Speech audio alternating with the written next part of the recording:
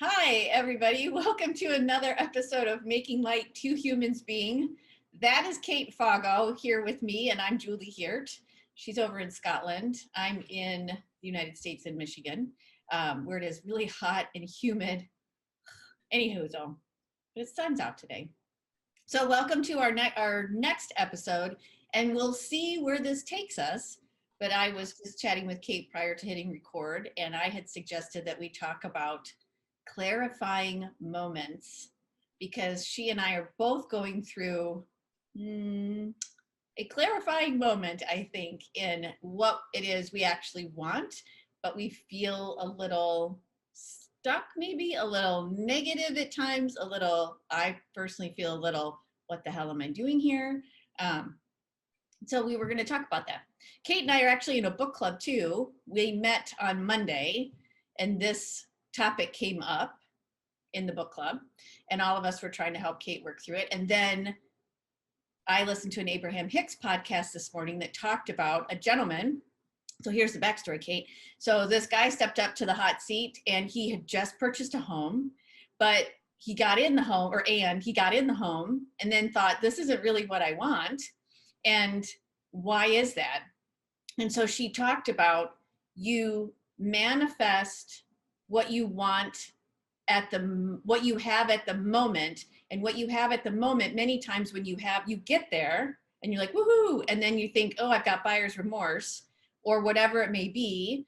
And then that is actually the universe providing a clarifying moment for you to think, okay, because you're never done creating, which is really for me, like, oh, okay, can I just be done now? Can I be done? Like, and then enjoy, like I walked past, I have several little houses that are near me that are cottages for retired people. And I know at 10 o'clock, they're in there still in their PJs, having coffee. They might garden in the day. They may not do a thing. They're just gonna, whatever. But I'm like, why can't I be like that? But I can't be, because I'm not there yet. So I'm not going to be that perfect, blissful happiness. So I have to have these clarifying moments to figure out what I don't want, so I can continue to create. It's exhausting. I'm just gonna say. Well, it's funny that you say that about like retired people, because when I had this conversation with my mentor Annie today, and she's like, well, what is it you want? Hang on a second, I knew this. Like, I told Gary I was on calls all day and he's still trying to open the garage. Oh, it's all right, he's gone up the stairs. It's like the cat. He stands at the door and expects it will just open. He doesn't need keys. His wife will just appear and hello, so do come in. Yeah, what I want is to be retired. I want to just potter about. And garden if I want to, or not garden. And the only way I can see myself being able to do that is in some little shack or hovel off in the countryside where nobody can get to me and nothing costs any money, and I I don't need an income. But yes, it's interesting that I think that's the stage we're at in our lives, is we're just so overwhelmed with doing that it seems that if you had nothing to do, that would be your bliss. Yeah. Although I know I'd feel it, because anytime I think I don't have anything to do, then I look at my calendar and I have all these a million emails, all the webinars or whatever, classes, all the things to take. Yeah. So what was the advice about the clarifying moment? Oh, I probably need to listen to it again now that you asked me that specifically. So it's more about realize that you're still creating, that when you have those moments of buyer's remorse, to me, the way I interpreted it or heard it was, and in my situation, so we're not 100% sure we're happy where we moved to. There's a lot of things going on, and we're just not, I don't know if we're feeling it here. And so and we've talked, my husband and I have talked about this a lot of late.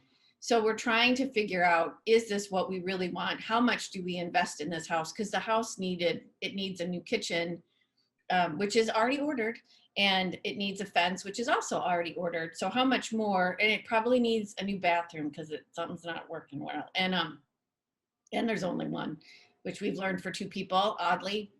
might not be enough. Anyway, but so how much do we want to invest into this house? What is exactly we want? And so what she was saying was realize what you were asking for as you got to where you are. And she may correct me on this, but that's how I took it. So for me, like I thought about that this morning. I wanted a quiet place where I didn't have a Mean Girls network, where I didn't have this weird societal vibe that I had to play in, where I could be by myself most of the day. And I could do my things like making light, this show, the other work that we're doing with our teacher, Danielle McKinnon. And I have all of that. I got it all. Now it's like, okay, so because this is a clarifying moment and things don't feel great, which means that I'm not completely in alignment with what it is I desire, then it's like, okay, so now what do I need to either make this what I desire, therefore the creating, and creating to whatever the next thing may be. So as long as, and what she was also saying is when you're in alignment or you realize that you're having this clarifying moment, then just the mere fact that you realize that you're having this clarifying moment, then you begin to watch the signs from the universe to say, okay, I should do this, I should go there, I should do that. So I'm just right now in this awareness. I may not have gotten that wrong. In your situation, as you are now, do you have any thoughts on that for your situation? As in, if you've got all the things you asked for, what you didn't realize is there were other things that were important to you that you probably hadn't necessarily focused on. Is that the point? Mm-hmm. Yeah. You'd focused on having your own space, having your own room, not being able to be, so you focused on those, but what happens, and let me think this through. So you get a mix of things. You basically get a complete package of what was going on for you at that time. Mm-hmm. And this is a bit that confuses me. So on the one hand, you've manifested exactly what you wanted in certain aspects. So bully for you, well done. Mm-hmm. But the things that you don't like, you also manifested them. And this is a bit that I don't really understand. So they must be things to which you were unaware you had resistance to, but you were exhibiting resistance. So if we work that through in a real life example, what have you, as it were, manifested in this new life that is undesirable? So some of it's aesthetics. There is some of the houses and properties right around me they look like shit. I'm just going to be honest. They look like shit, and it's a bit. But what does that make you feel? It makes me feel depressed. Does it make you feel unsafe?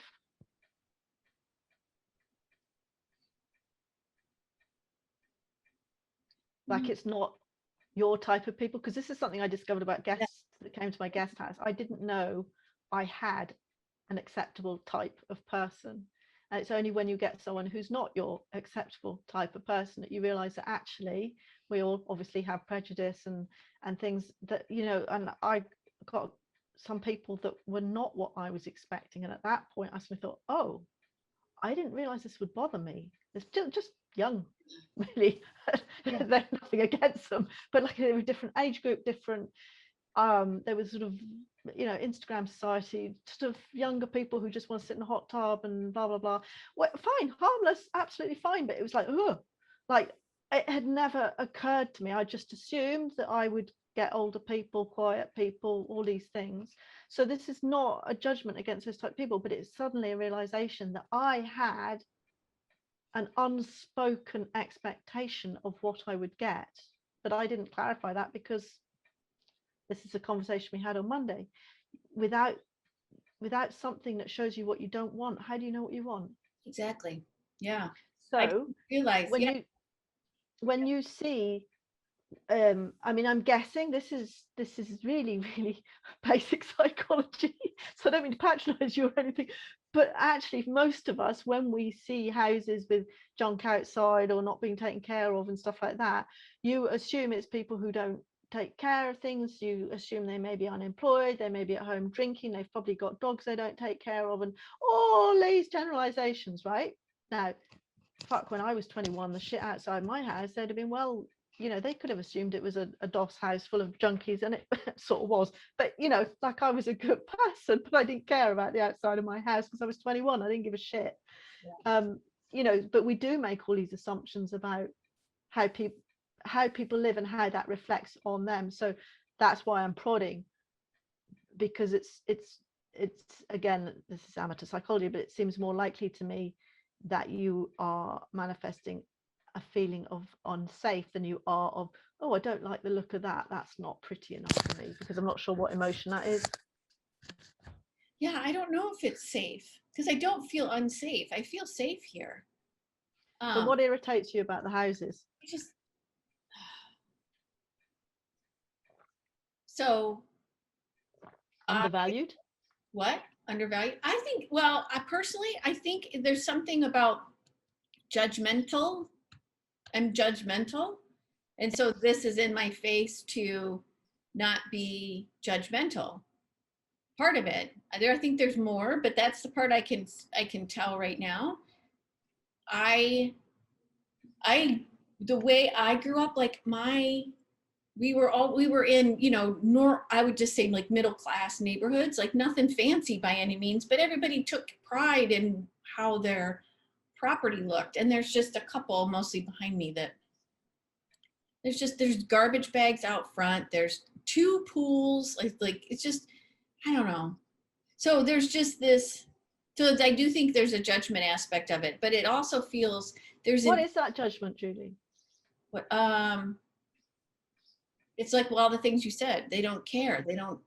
Okay, so they don't care. Yeah, they don't care. Respect that they don't care what I think. They're not smart. Like, I think, like, how do you not see that there's crap all over the place? It attracts because that's not smart. Because until you become vaguely middle class, married and or a homeowner, I bet they're rented houses. You don't give a shit, did you? I didn't give a shit. I did. I did, because I lived in a couple rental houses that were kind of gross. And for the area in which I lived, I cared. Like, I wouldn't leave stuff out. It's just not me, because I can't think when it's cluttered. Like, I just know that. And I don't remember ever, even my dorm rooms in college were always clean. Yeah. I couldn't take it. Well, mine, I don't know. I remember being appalled when we first moved into a house that had any form of garden, like just totally unaware of maintenance required just to keep a garden looking decent. Like, and that was just grass. Yeah. You know, there was nothing more to it. But I think when you're young, especially, you don't have time, and you don't see it, you don't notice it until I probably started to care about the outside of the house when I bought a house, because then it was like my dear little cottage and I loved it and I wanted little flowers in the windows and stuff like that. But up until that point, it really wasn't high on my agenda. Once I became a homeowner and wanted things to look nice because it was my home and I cared about it, then I would start judging other people. But before that, wouldn't have even noticed. Mm-hmm. Yeah. Hey, then the puppy's starting now. Is that one of the houses, Julie? But you see, it's rented, isn't it? Mm-hmm. I know. God, I just sound like such a bitch. That's the thing too. No, like, not at all. There isn't a homeowner in the world that wouldn't agree with you. But everybody, again, we're all sorry. No, I meant to bring up my notebook so today's A Course in Miracle has something to do with, I love my brother, for we are all one. Like, it's supposed to be regardless of who anybody is, not to judge. And so of course, then and I've done this. We've had this when we've talked with Danielle, like. So I wonder then if it's about difference. It's just because I'm struggling with this myself, as you know. Yeah. It's like, what elements do I have in my vibration that are causing this manifestation that I don't like? Mm-hmm. So it sounds to me like your resentment of these people is that in some way they are different to you. Probably, yeah. So could it be an inherent fear that you have? This, I'm just paraphrasing, but something like this. Like, if you are afraid that you never fit in and you are afraid that you are different, you will then be presented with evidence that shows you that you're different. You see? Yeah. When you started, just before you said all that, you said enough that it was like, bing, the light bulb went off.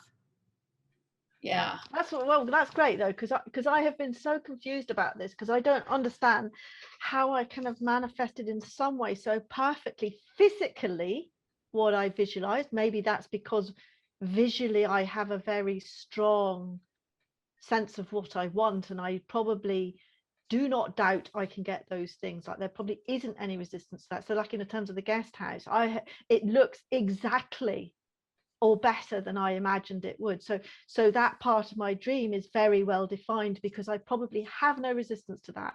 Mm-hmm. Because in my engineer's logical brain, there is always a way to do something. There is no such thing as can't. Do you know? It's time and money. The rest you can sort out. So I would have no mental resistance or emotional resistance to being able to get exactly what I want, so possibly on the money front, but I didn't feel it was out with our reach, so I didn't have resistance to it. But all the other things that I have created that are not what I want, I need to trace back, like we just did with you, to, well, what is it in me that's causing these things? Because actually, none of the things that are bothering me are that insurmountable, and they are so trivial. I'm embarrassed and ashamed and beat myself up over why it bugs me so much.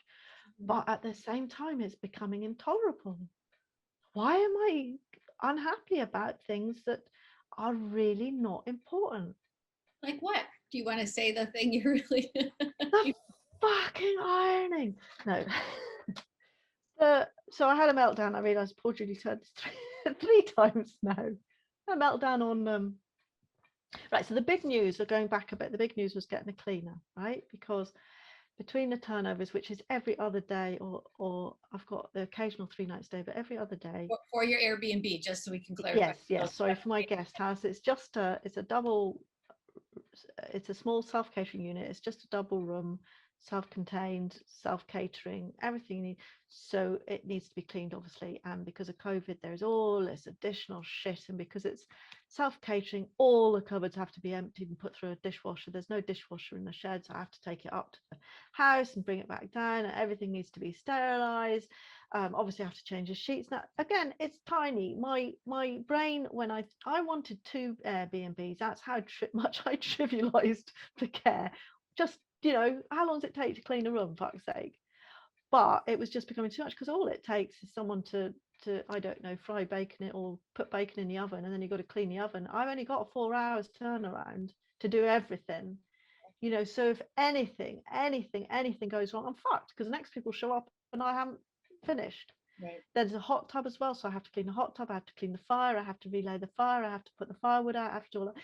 None of these jobs are huge, but I was just took me, so they leave at 11 and it was taking me till about 3 and they arrive at 4. So you can imagine my panic. Yeah. In that if anything goes wrong, I'm fucked. Right. And because there's no break between them, if anything catastrophic happens, touch wood, it hasn't, and I don't worry about that now. But the first year, I'm like, what if a pipe bursts? What if something happens, a tap, anything? I can't get anybody in to look at it because there's no downtime. It's not like I can schedule in any sort of maintenance because they're out at 11 o'clock and in again at 4. Anyway, I got myself a cleaner. Absolute godsend. It's a lot of money for what it is, because I'm paying somebody 20 quid an hour essentially to do something that I could do, and that's what galls me. So that's taking X% of my profit away from, but I felt so much better about it, as you know, so much better about it, mostly because there's someone else helping me. So I pay someone for 2 hours, but actually I've realized that's only saved me 2 hours. There's still the other 2 hours that I used to do on that day, which is, so I was still doing the hot tub and the fire so that she could do the rest of it. But I still have to get, keep up to date with all the orders, make sure that the wine's in, and I do little things to make it nice, but they're not hugely time consuming, but they all add up. I lay out the chocolates, I do little stickers for the toilet roll and put that, blah blah blah blah blah, to make sure that everything's up to stock. And then I have to do 4 loads of washing, then that all gets out, and then when I've done and stain remove and all of this stuff. So got the cleaner, brilliant, calmed down a lot. But then I realized I'm still feeling really, really stressed, that I'm just not going to do the things I want because there's all this other stuff. And then I'm ironing the sheets and I just couldn't make it work. It just wouldn't go. And I just lost it. I was like, I don't want to be doing this. I don't want to be ironing. This isn't what I signed up for. I want to be saving the world. I'm watching RuPaul's Drag Race. I'm reading all these books that tell me how fucking marvelous I am, how I am a gift to the world, and I'm stuck ironing. And I keep telling myself to stop complaining about it, and here I am again. I can't get past the fact this is not what I signed up for. This is not what I had in mind. Yes, so this to me feels like a clarifying moment for you too. But I didn't ask for hard work. How did that sneak in? Or maybe I did. Maybe that's it, that I have always this mix in my vibration that says, I deserve to be punished. Make me work for every, I am worthless. You need to keep proving to me that I need to keep proving to myself that I am worthless by giving myself more and more and more work to prove I'm valuable. I know it's all about that. Sake. Well, there was once we did, when we were practicing our intuitive coaching on each other, I always think of this for you. The guides were, I was coaching you and the guides were telling me, we got to some point of denial. Do you remember this? Keep going. There's a strain of denial that runs the guides. Somehow we got to it. The guides plus thinking. It came from your father, I think. Yeah, I think it came from your father. Then that part doesn't necessarily matter. But it was this denial.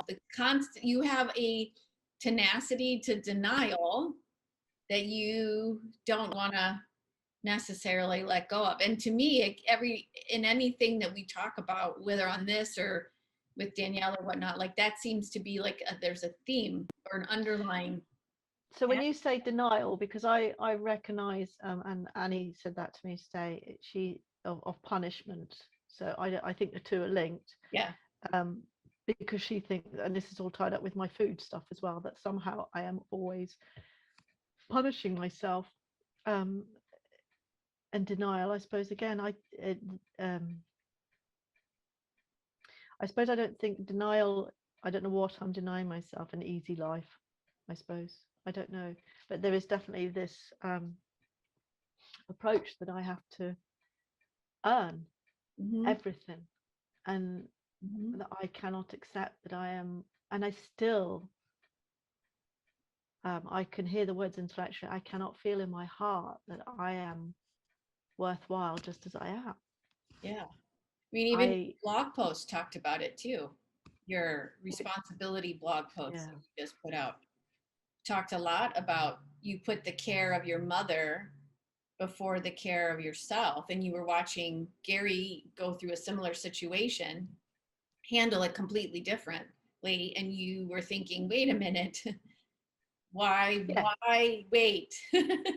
and just to pat myself on the back for having come this far, that I can actually recognize that, whereas before I would have condemned him for being selfish, and now I'm like, no, he's doing the Abraham Hicks thing. He doesn't know he is.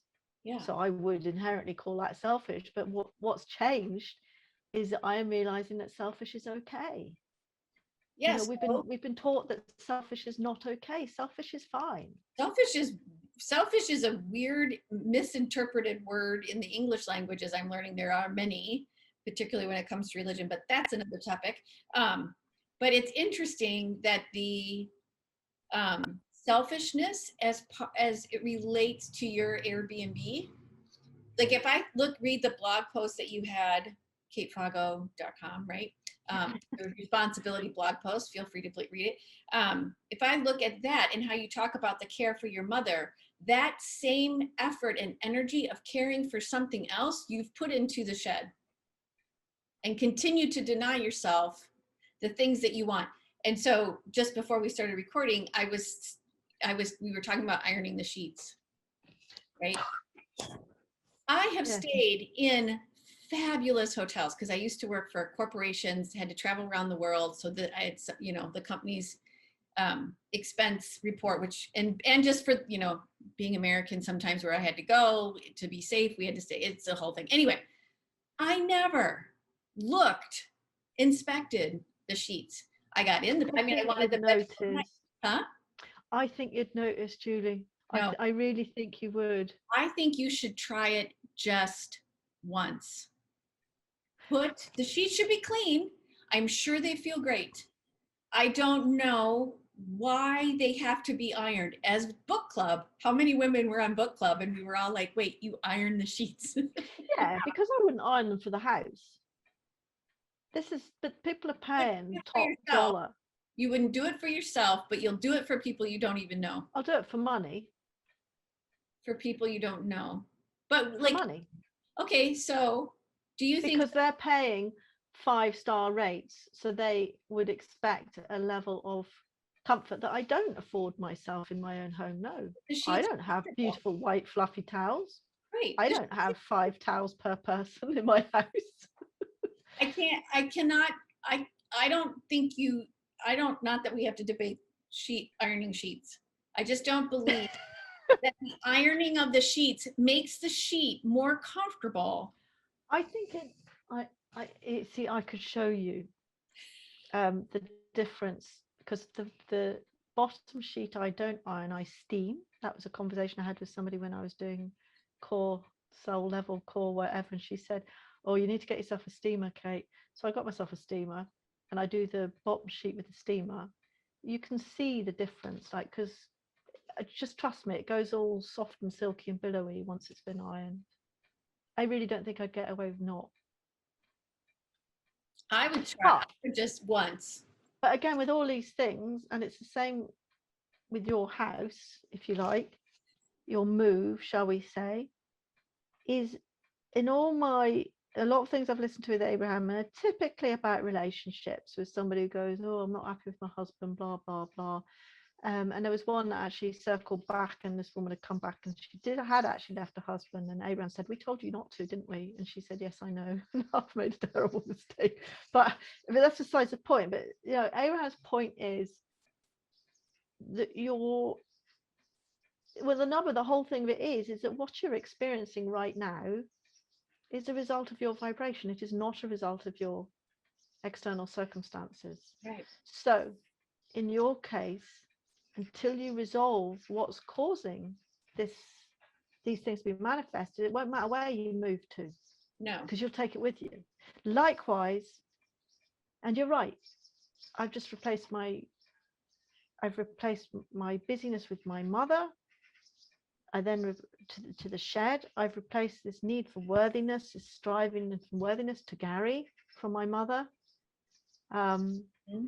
So maybe this is just another stepping stone on the journey. Mm-hmm. There is a bit of me that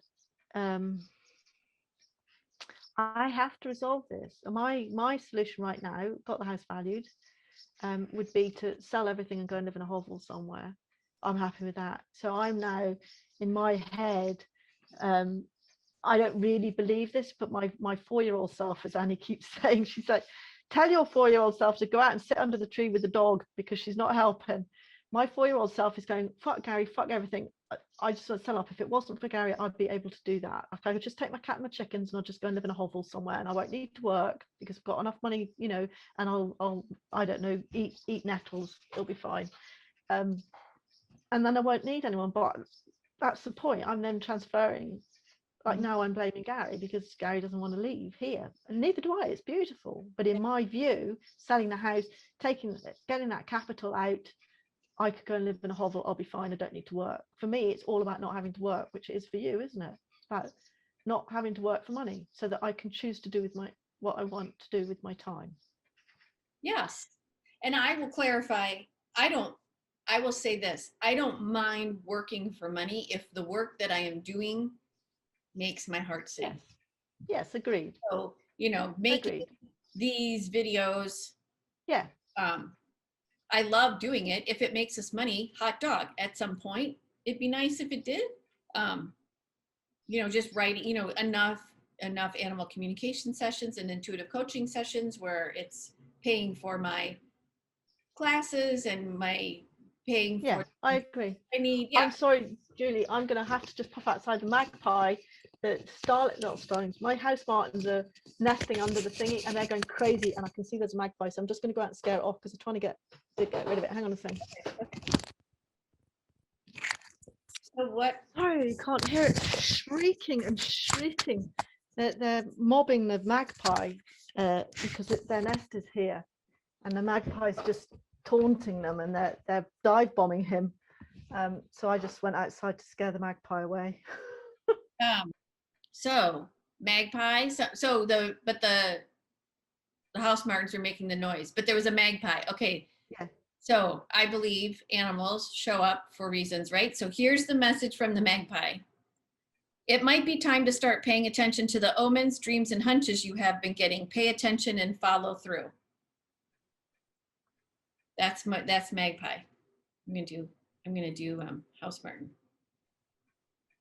Oh, they are like, oh, look at, they're so cute. They are cute. Mm-hmm. Okay, hold on, wait a second. And if you really love them, the guy who did my video for the shed and for the house, he did some aerial photos of the house. He's actually got a video up of the house martins last year in the nest. He did a time lapse of all the house martins in the nest outside. Oh, wow. On his YouTube channel. That's cool. Okay, wait, I'm trying to see. Martin symbolism. So Martin symbolism and meaning. Do you long for a more prosperous life? Want to honor your elders? Martin as a spirit, totem, and power animal can help. Martin teaches you how to attract wealth and abundance into your life, all while showing the importance of honoring your ancestors. Delve deeply into Martin symbolism and meaning to find out how this animal spirit guide can support, motivate, and strengthen you. Isn't that like a martin as in a rodent rather than Nope. house martin? Nope, it's the bird. I don't know if you can. Oh. Oh, it just showed all the windows I've opened. Bird, can you see? Little bird. They're cute. They are cute. They are cute, and they're very beautiful. They do all the swooping and yeah. So do you long it's interesting. Do I long for more prosperity? Yes. Prosperity, like, but want to honor your elders. So it's interesting to me that this idea of caring for your mother, now caring for the house, caring for others, but not yourself. So there's your mother tie to me is the elder in that situation, and the prosperous life, like the work, it's all worthiness, work, money, it's all so. Because if I had more money, I think I'd be okay because I wouldn't work. Like I wouldn't need to have the shed. I could just, because Gary said, just shut it. He said, there's no point if you're going to go, end up if you're this miserable. Yeah. Which was nice for him to give me permission to do that, but I can't give myself permission to do that because right. unless we leave this house, then that money that we've invested in building the guest house, yeah, we'll get it back when we sell, but that's just wasted money, and I'm not rich enough to do that. I can't, well, I can. So Abraham Hicks talks a lot in these podcasts about this idea of when I have X, then I'll be happy. And she's always pulling people back and saying, now you need to be happy now. You need to be happy now. That's it. What will it take to make you happy now? Not the money, but what in it, like you were saying too about the shed. Time and money, time and finances are the only things you have to really kind of think through. But you can do anything. You can change if you really love. Do you love the shed? Just do you love it? Then it's time to let it go. But that's I can't live with that sort of I suppose that it feels wasted then, because it is exactly what I wanted as a business. It couldn't be more successful. Right. Good for you. you. I don't want to do it. Then don't do it. Just because it's successful doesn't mean you're supposed to do it.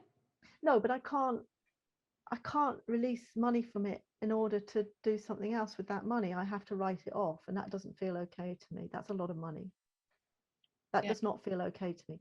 So that's what I'm saying. If we sold the house, we would get that money back because it has increased the value of the property. But you have to have the money now? You have to have the money now? Well, I have to live off something. You have to live off something right now? Like Probably this? not. To me, it's unthinkable to shut the shed. It's like it's not even, if I won £100,000, I could go, oh right, okay, I can shut the shed. But as it is now, I don't feel okay about that. Maybe that's You don't maybe I'm just feel okay about that from like a higher vibration meditative standpoint, or you don't feel okay from about a human perspective, absolutely human. I find that the thought is abhorrent. It feels it's just a step too far. Maybe I can get to that point, but at the moment it just feels like I acknowledge I've made a mistake. I acknowledge that it's not what I wanted. I acknowledge that I built it for the right reasons at the time, but it's not what I want. I acknowledge all these things, but I couldn't there's just no walk away. mistake. There's no mistakes. Well, there is, because I knew it wasn't what I wanted to do. I just thought it would be okay. Oh, And I don't understand why it's not okay. Like, it's tolerable. That's what I don't get, is why is this so uncomfortable for me? but you Why knew, can't I just say, but you knew you shouldn't do it. no, I didn't know I shouldn't do it. It was an acceptable compromise. Oh, that's right. We were talking about that at book club, how it was a compromise. And therefore you got a compromise. It's not like all my life I've gone, oh my God, I must have a guest house. Yeah. It was just the only thing I could think of that would allow me to be at home. And it does allow me to be at home. Mm-hmm. And I've made a success of it, and it's great. What I didn't realize is how much I would object to having to do these things. Like it seemed harmless. It didn't, and I still, even logically thinking it through, do not understand why I find it so objectionable. And maybe I don't. Maybe I'm just going through a little hissy fit phase and it will pass again. But it keeps coming back to this. Yeah. Well, it's interesting to me that it's a compromise. So okay, so I do freelance marketing to have some cash flow while everything else is moving forward, right? I don't want to do the freelance marketing anymore. So it's a compromise. I'm done. Yeah. So I have been asking my guides of late, what do I need to know right now for my greatest and highest good about the freelance marketing? And they too are acknowledging, yes, it's getting to be time that you walk away from it. I still would like to earn a little bit. I'd still like to earn some cash. And what's interesting is of late, I have been getting new animal communication clients, and that they're finding me in a variety of ways. It's really kind of cool. So I'm just going to continue to focus. And my mentor said, every time I have a reading, thank the universe that I had that reading, that I want more of that type of stuff. And that I believe is helping too. But it is hard. I hear you. It's hard to let go. But I know that I can't build my animal communication as long as I'm doing this, because I am mentally saying enough. I can't, because fuck, right. When would I do it? I mean, I have readings space in my diary. I've put it right down, but like Saturdays or Sundays, depending what day the changeover is, I have a day open for appointments, and I have a couple of hours during the week in the evenings. But mentally, I'm like, I don't have time. So I don't know what I couldn't. I know that I don't feel like I could cope with readings because I don't have time. Right. And this is what's bugging me. It's like, I can't grow this. Yeah. Whilst my head is like, no, leave me alone, because everything I know that my energy is saying, enough, I can't cope with more. Yeah. Yeah. So I know I am repelling. I know I cannot build the animal communication business whilst I have this much to do with the shed. Yeah, it's true, because I feel the same way. If I put my marketing clients first on any given day, Julie here at Intuitive and Making Light to Humans Being falls away. And so I've slowly, over the course since we've been here in particular, started to make the shift where the first thing I do every day is what needs to be done for Julie here at Intuitive and Making Light. And then when I have time, and if I don't get everything done, I don't get everything done, because I also have to be careful and get enough sleep and have time to read every day, because that's a thing for me. So I don't know. I had a little hit and I just lost it about something to that degree. The one thought that I had that came to me was, I'm also, something that's going on in my head that I'm conversing with my guides on is, my hourly rate from a marketing perspective is vastly different than my hourly rate from an animal communication intuitive perspective. And Yeah. when I look at, I can, how do I want to say? So my hourly rate from an intuitive perspective is a better rate, and I don't have as much time. It doesn't take up as much time as so my cost differential, is that, I don't know the word, but the intuitive stuff, I can do more and earn more faster than when I do the marketing stuff. So I don't know if you've looked at it from an hourly standpoint. That might be another way to help at least show you another perspective, because I feel like you need another perspective, because there's a lot, I know you know this, there's so much resistance around letting it go, but and it's tied around money. So I don't know if there's another way to frame the conversation for you so that you can. I don't know. I think because I feel it's hard, it's painful, I feel sad for you. You're so fucking brilliant, Kate Fago. Your writing is amazing. Like more of you. You are to save the world. I know. It's like I can acknowledge that it's as much of a success as I could ever hope for. It's just not. Yeah. I don't know. I'm gonna. It's maybe unworthiness. I know there's a big part of me that I know this is my ego, and I know this is my unworthiness, but I think there is some middle ground between giving it up, and because the problem at the moment is, you know how you say you can prioritize the Julie Hurt intuitive. I cannot prioritize it because it's real-time stuff that has to get done. I either shut it or I have to prioritize it. I can't not do stuff if I've got people coming. Do you know what I mean? That's the how it feels for me. Is yeah. I can't manage my time better because there isn't enough time to manage. Right. That's how it feels. Yeah. But I think there must be some middle ground. Oh, the magpie's back. I wish it would just leave them alone, poor things. The Sorry, cat's now gone outside to sort it out. But magpies are amazing. They would sit when I had my job in Anchorage. It got really, really bad, really hard at the end. The magpies would always sit right outside my office window and just like stare at me.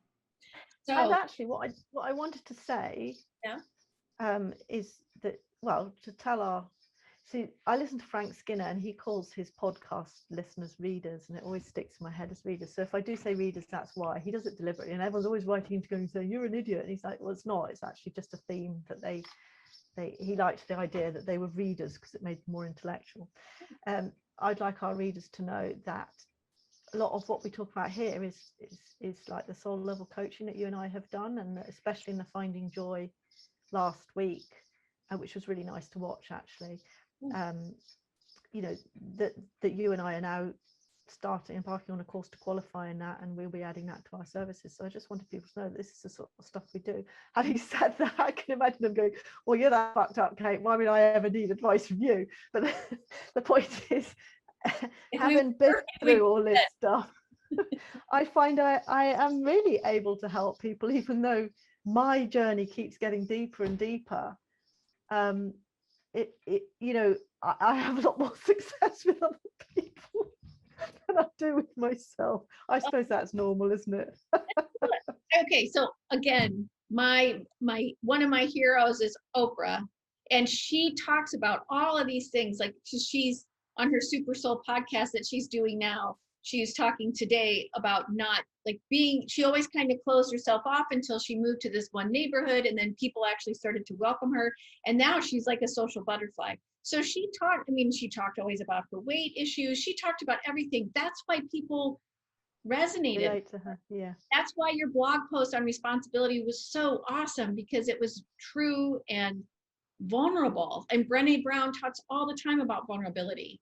So, and if we were perfect, we'd be dead and be no use to anyone. Yeah, that's it. You'll never get it done, and you can't get it wrong.